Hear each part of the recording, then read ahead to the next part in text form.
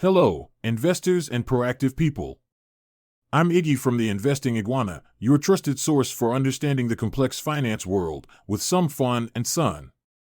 A special shout out to my friends in Singapore. I've tailored this especially for you. Picture this: you're lounging on your couch, halfway through the first episode of that show everyone's talking about, but you can't shake off the feeling that maybe you should be doing something more productive with your time. Does that ring a bell? Well, let's talk about our obsession with always being productive and how it might actually be stealing your calm and contentment. You see, in today's fast-paced Singapore, where the skyline is as competitive as the marketplace, everyone seems to be on a quest for productivity. From our central business district to the heartlands, it's all about the hustle, right? But let's pause and ask ourselves, are we really meant to be this switched on all the time? In this concrete jungle, we clock in those hours at work, weave through the MRT crowds, and by the time we're home, we're tackling a personal to-do list that never seems to end. Toss in a side hustle, because hey, who isn't feeling the squeeze from the rising cost of living, and what are you left with? A ticking clock and a looming sense of overwhelm. There are many self-described experts on productivity who offer workshops and short, engaging videos. They claim they can take your disorganized life and make it run smoothly. However, their general advice often doesn't work out. This is particularly true in Singapore, which is a place where Eastern and Western cultures mix, making it unlike anywhere else. And just like Singapore, you're unique too. Research from respected sources, such as the Harvard Business Review, indicates that trying too hard to be productive can actually have the opposite effect. It's comparable to attempting to run a marathon but being tied to the finish line with your shoelace. The more you try to run, the more you end up holding yourself back. The Organization for Economic Cooperation and Development, OECD, has observed that even though we are officially working fewer hours, it feels like we have less free time. This is largely because our modern, technology-driven way of life means that working from home often ends up feeling like we're working all the time. The reason behind this obsession with being more productive? It makes money. There are countless applications and programs out there that promise to help you achieve great things, and they cost quite a bit. In Singapore, we're always on the lookout for good investments, but sometimes what we think we're investing in isn't quite real. Even the most well-intentioned experts on productivity, who aren't just trying to sell us an illusion, might unintentionally misguide us. They may show off their achievements as something to aspire to, but it's important to remember that not everyone has a team of helpers or the ability to pass tasks on to others. And here's the real talk: being a productivity powerhouse isn't synonymous with being successful. I've rubbed shoulders with top dogs in finance, and none of them were slaves to their calendars. Efficiency isn't about filling every second with work, it's about the quality of your output and, dare I say, the joy of the journey. So, what's the takeaway? It's okay to step off the productivity treadmill. Your value isn't tied to your output. In a city that never sleeps, it's all right to take a breather and just be. In the heart of our lion city, we've been raised with the belief that hard work is the key to success. We've seen our parents, our teachers, and our mentors put in long hours, striving to provide for their families and achieve their dreams.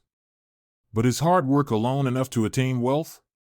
Let's take a closer look. Imagine you're working in one of the bustling hawker centers in Singapore, serving up mouth-watering dishes day in and day out. You're putting in 12-hour shifts, barely taking a break. You're definitely working hard, but does this guarantee you'll become rich? Not necessarily. The truth is, while hard work is important, it's not the only factor that contributes to wealth creation. There are other crucial elements at play. For instance, the type of work you do, the skills you possess, and the opportunities you seize can significantly impact your financial success. Consider this: a software engineer in a tech startup might work the same hours as the hawker, but the engineer has the potential to earn more due to the high demand and value of their skills in our digital age. Similarly, an investor who understands the real estate market can grow their wealth exponentially by making smart investment decisions. The idea of working smart is about using what you know and what you can do in a way that gets you the most benefit, especially when it comes to making money. Let's say you're good at cooking and know a lot about food in Singapore. Instead of just running a small food stand, you could start a blog or make videos for YouTube where you share your recipes and knowledge about Singaporean dishes. This could potentially make you more money because you could reach people all over the world and make money from ads. So, remember, it's not just about working hard. Getting rich usually involves a mix of working hard and smart, having good skills, and taking advantage of good chances when they come. The concept that hard work alone cannot make us rich is tied to the understanding that wealth accumulation is influenced by a multitude of factors, not just the effort we put into our jobs or businesses. Here's an expansion of this idea. Economic factors, the state of the economy, can have a significant impact on individual wealth. Inflation, taxation, and economic policies can either erode or boost the value of one's earnings and savings. Opportunity access to opportunities often plays a critical role. This includes the chance to receive a quality education, get a well-paying job, or start a successful business. Not everyone has the same level of access to these opportunities. Financial knowledge, understanding how to manage and invest money, is crucial. It's not just about earning money, but also about growing it through investments and saving. Inherited wealth. Some individuals have a head start through inherited wealth or resources, which can multiply more easily compared to starting from scratch. Networks and relationships. The connections one has can lead to better job offers, business partnerships, or investment tips. These networks can play a vital role in wealth creation. Health. Good health is often a prerequisite for being able to work hard consistently. Poor health can drain one's finances and ability to earn. Luck and timing. Sometimes, being in the right place at the right time can result in financial gains that are not solely the result of hard work. Risk and reward. Wealth often comes from taking calculated risks that can lead to high rewards, such as starting a business or investing in the stock market. To put it simply, becoming rich is not just about working hard. It's like baking a complex cake. You need more than just flour, hard work, to make it successful. You also need other ingredients like sugar, opportunities, eggs, education, and butter, financial knowledge, all mixed in at the right time and baked at the right temperature, economic conditions. Plus, it helps if you've been given some of the ingredients, inherited wealth, and you know people who can show you how to mix them well, networks and relationships.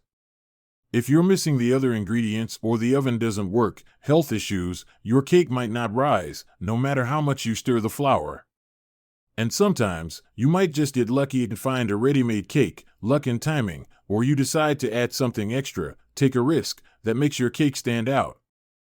Folks, as we wrap up this little sojourn into the world of productivity myths, remember, your time is precious, and how you choose to spend it should be up to you, not a productivity algorithm. If you found value in today's talk and want to keep riding the waves of financial wisdom with no fluff and all the real insights, smash that like button, hit subscribe, and join our community. And don't forget, the journey to financial savviness is a marathon, not a sprint. So, take it easy, learn at your own pace, and let's grow together. Until next time, stay savvy, stay brilliant, and keep it green, my friends. Iggy,